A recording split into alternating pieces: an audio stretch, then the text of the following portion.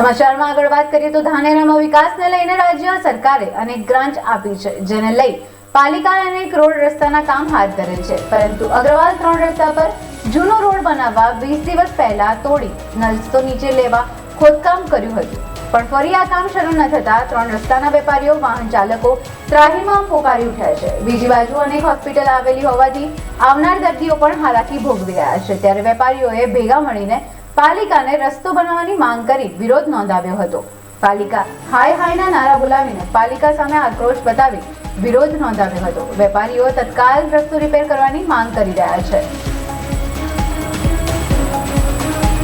એ ધાનેરા કિરી રસ્તા કે અગ્રવાલ કિરી રસ્તા કહેવાય, એ ધાનેરાનો નાક કહેવાય અને અહીંયા જો બહારથી માણસો આવનાર, હોસ્પિટલમાં આવનાર માણસો તો આ રોડ બધો તૂટેલો ખાડા પડે, એમ્બ્યુલન્સ પણ ન નીકળી શકે, તો નગરપાલિકાને વિનંતી કે તાત્કાલિક એનો નિર્ણય કરે। ડીસા રોડનું કામ ચાલુ હતું અને આ ધોરો ઉતારીને કામ સરળતાથી બનાવવાનું જે વાતાવરણ ચાલુ છે, પણ ટૂંક સમયથી આજે મહિનાથી પંપ બંધ છે, એમાં દૂધની પંપી ઉડે,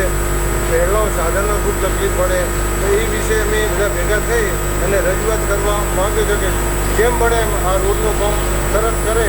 એવી અમારી માંગ ઉડી રહી છે।